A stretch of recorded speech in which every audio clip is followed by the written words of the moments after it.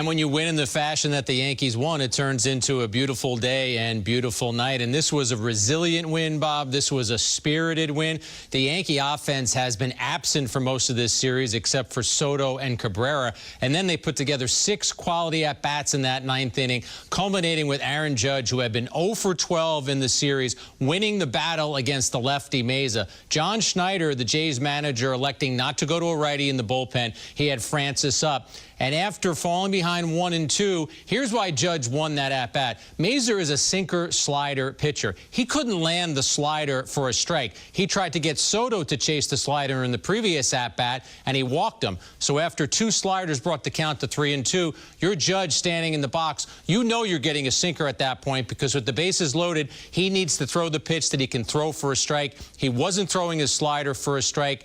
Judge hammers a 2-run double, and that exhale that Judge let out in Toronto, it was heard all the way back in the Bronx, because it had been a rough series for him and most of the Yankee offense. Yeah, and for this series, you're right. It was an exhale for the entire offense because they were trying to get some traction in this game. That game right there for the taking, Jack, for 8 innings. They couldn't get things going. Let's detail what happened in this series finale. Highlights brought to you by your local Ford stores.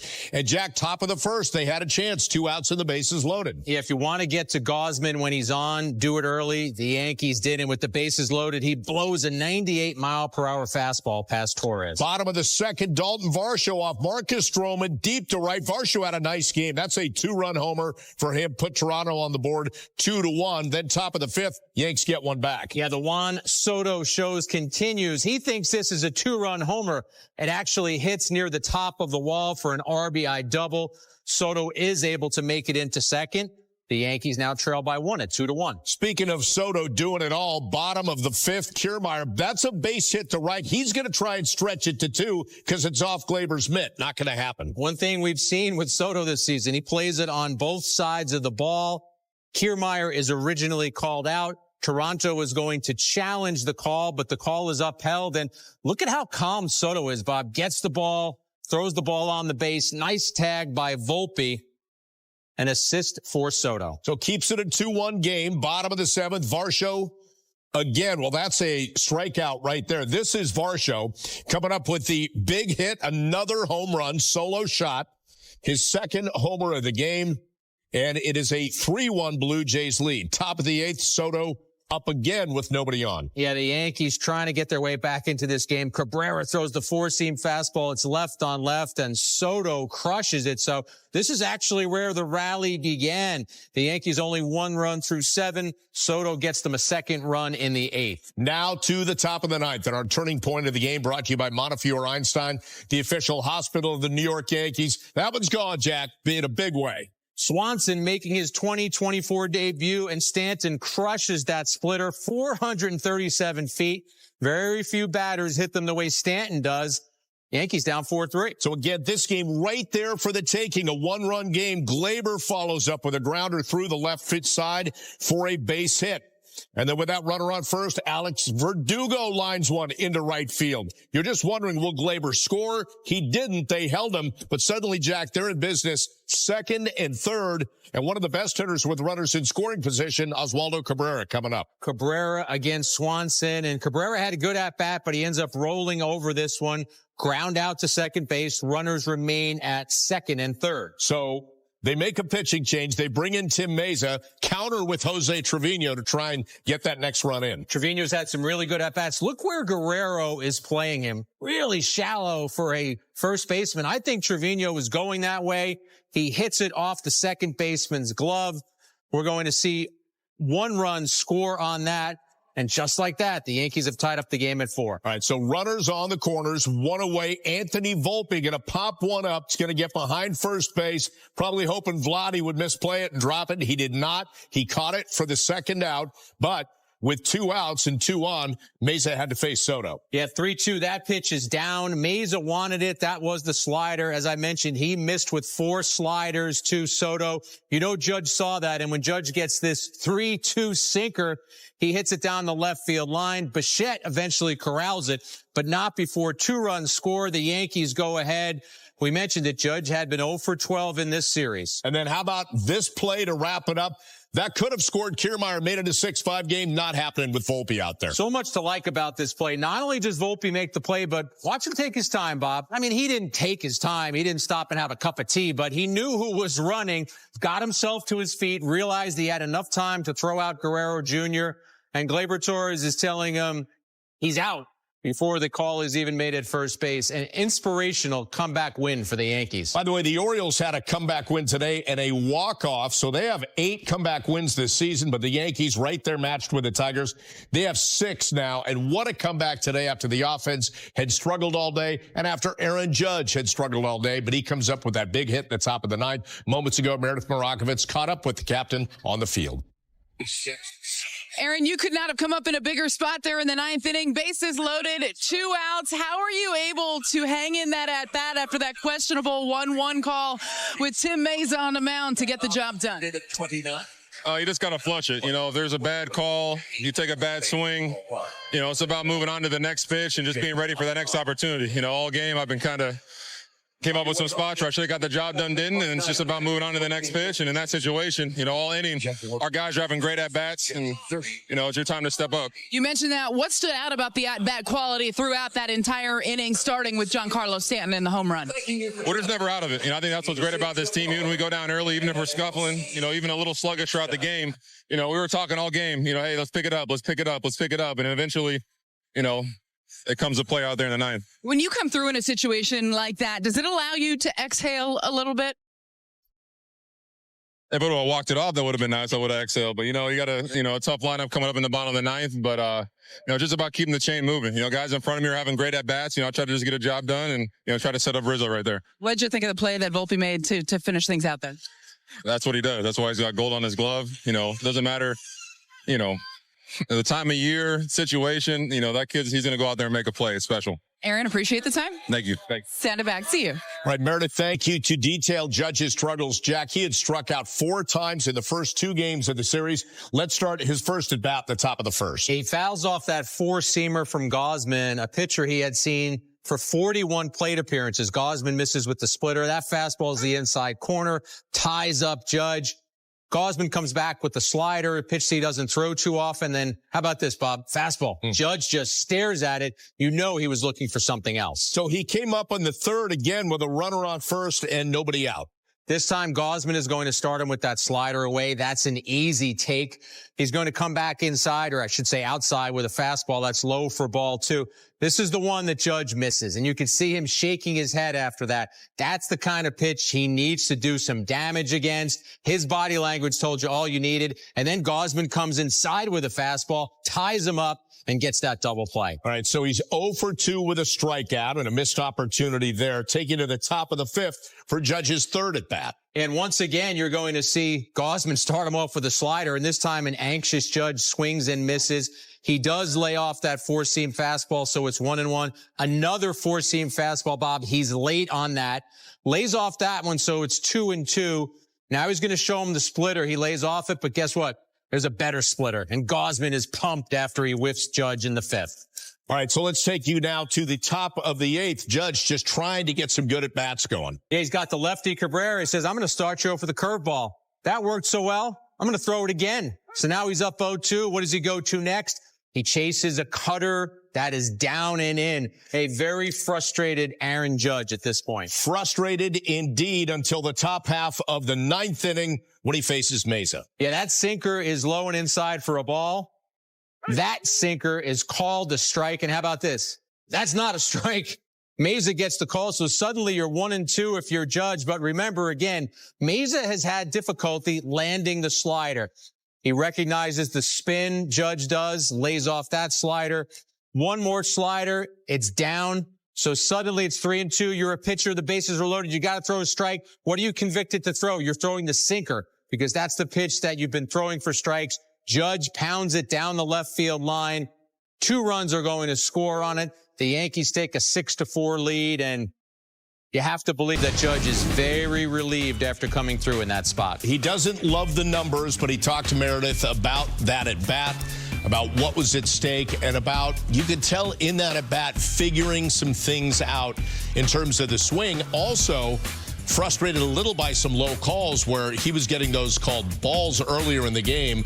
So dealing with that as well and trying to come through in a big spot. I love the answer that Judge gave to Meredith, though, about flushing a bad call or a bad at-bat or a bad result, because you do still have to continue within that at-bat, and that's exactly what he did in that situation. And I'm glad we showed the pitch-by-pitches of his at-bats, Bobby, because you could see what Aaron Judge has been talking about in recent days and what Aaron Boone has been talking about. Aaron Boone has said that Judge isn't dominating the fastball in the way that he normally does, and Judge has said that he's missing pitches. His body language in that second at-bat told you more than anything I could say. There was a 2-0 fastball. It was the third pitch of the at-bat. He fouled it off, and then he's standing in the batter's box, and he's shaking his head. He is telling you right then and there that's a pitch he knew he should have done some damage to. All right.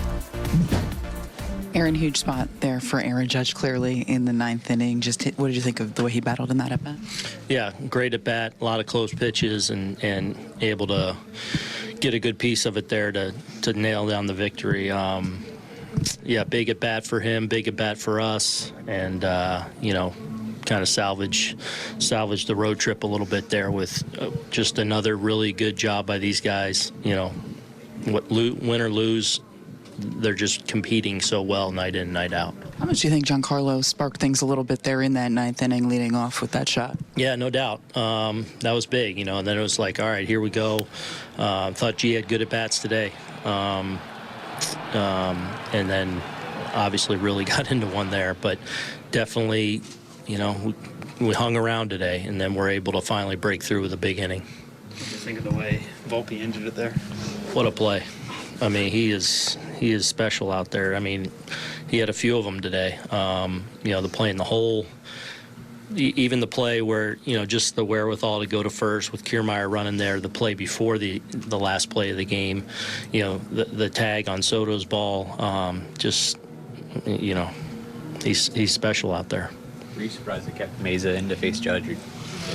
Right. You know, I saw Francis up, so maybe a little bit, but, you know, also not a situation that Francis has really been in either, and now you got nowhere to put him.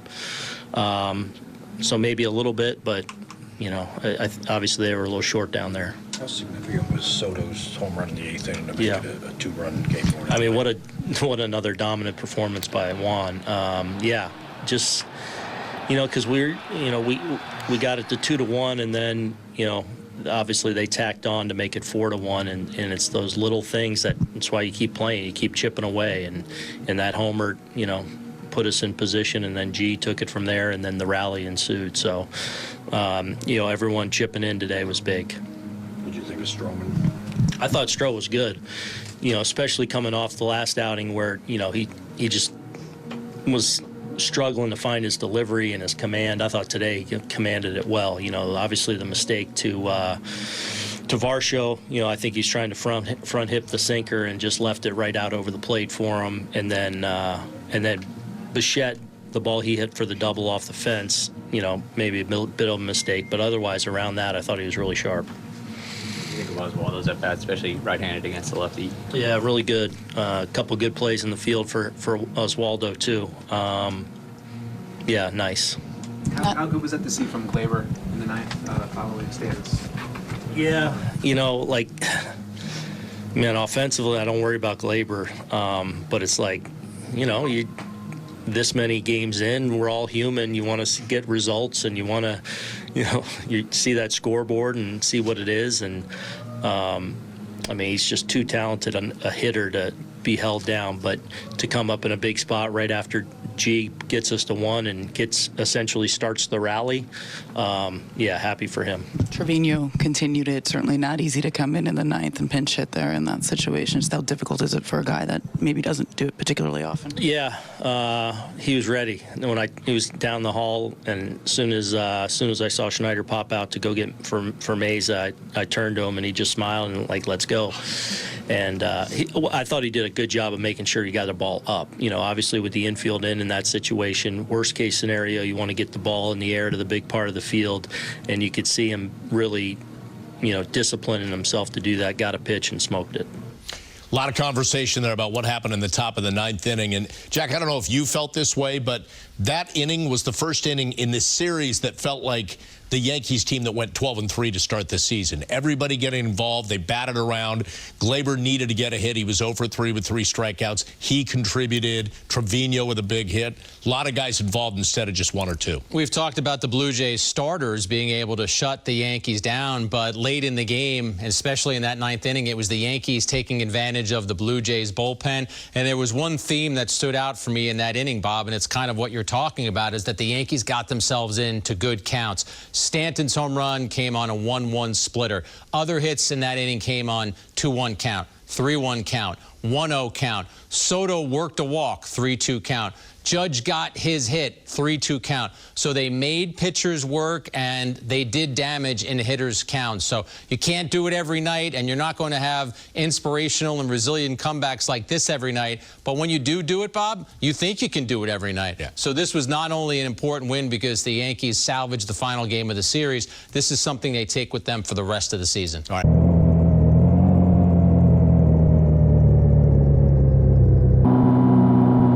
There is a speed bump on the front.